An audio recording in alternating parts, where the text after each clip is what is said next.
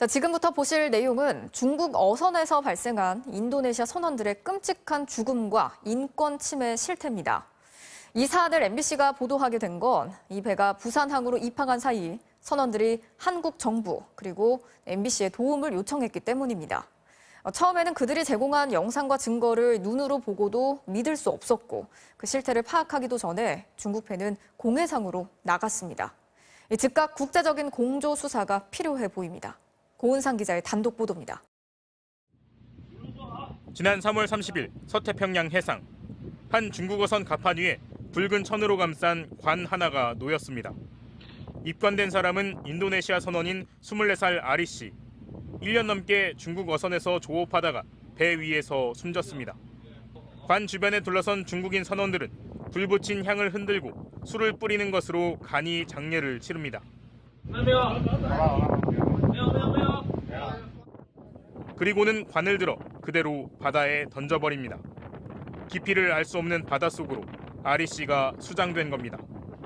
아리 씨가 숨지기 전에도 19살 알파타, 24살 세프리 씨가 숨졌고 숨진 그날 모두 수장됐습니다. 숨진 일부 선원의 서약서에는 사망할 경우 화장한 뒤 본국으로 보내주기로 되어 있었습니다.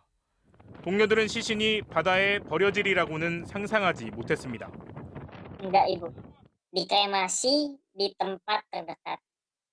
동료 선원들은 배 위의 환경이 열악했고 노동 착취도 이어졌다면서 숨진 선원들이 한 달 가까이 질병에 시달리며 고통을 호소했다고 증언했습니다.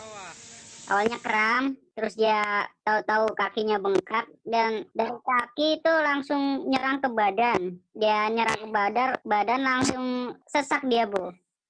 중국 선원 대다수는 육지에서 가져온 생수를 마셨지만 인도네시아 선원들은 바닷물을 정수한 물을 마시며 생활했는데 이 물을 마시고 몸 상태가 나빠졌다는 겁니다. Emang pusing, emang nggak bisa minum air itu sama sekali, Ibu. Pernah juga sampai kayak ada dahak-dahak di sini. 게다가 하루 18시간에 이르는 고된 노동에 시달렸다고 합니다. Waktu kerjanya, Bu, jadi kayak berdiri itu sekitar 30 jam dan setiap 6 jam kan makan ya. Nah, jam makan inilah yang dimanfaatkan kami hanya untuk duduk.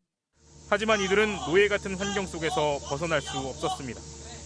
전형적인 착취와 또 바다에 묶어두는 그런 장치들이 있는 거예요. 아까 여건이 압수되는 거, 이탈 보증금을 포함한 엄청나게 높은 송출 비용, 이런 것 때문에 선원 중 5명은 바다에서 13개월 동안 일하고도 고작 $120, 우리 돈으로 14만 원을 받았습니다. 월급으로 치면 11,000원을 받은 셈입니다. 이 중국 원양어선은 참치잡이 배였습니다.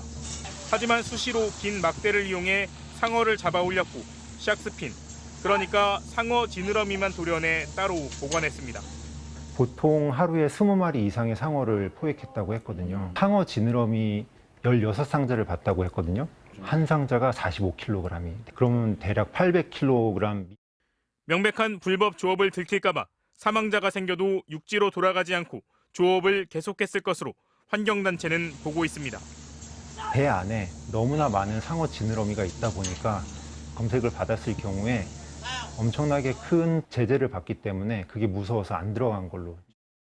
참다 못한 선원들이 다른 배로 갈아타고 지난 4월 14일 부산항에 도착했지만 열흘간 부산항 앞바다에서 기다려야 했습니다. 그런데 대기하는 동안 한 선원이 가슴 통증을 호소해 급히 부산의 한 병원으로 옮겨졌지만 지난달 27일 숨졌습니다. 배 위에서의 4명이 숨진 사건을 조사한 공익인권법인은 지난 4월 27일 해경에 알리고 즉각적인 수사를 촉구했습니다. 대한민국은 지난 2015년 강제노역과 성착취 등의 인신매매를 막기 위한 국제의정서를 비준했기 때문에 즉시 수사를 할 수 있었습니다. 이 의정서를 비준을 하고 그걸 이행하기 위해서 우리가 형법을 개정을 했거든요. 이러한 인신매매 사건의 경우에는 이 보편 관할권이 적용이 되기 때문에 한국에서 이거를 수사를 해야 된다는 거죠. 하지만 이틀 뒤 중국 선박이 공해상으로 나가버렸고 해경은 더 이상 수사를 할 수 없다고 통보를 해왔습니다. 부산에 격리된 나머지 선원들은 자신들이 겪은 인권 침해를 세상에 알리고 싶다며 한국 정부의 철저한 조사를 당부하고 있습니다. MBC 뉴스 고은상입니다.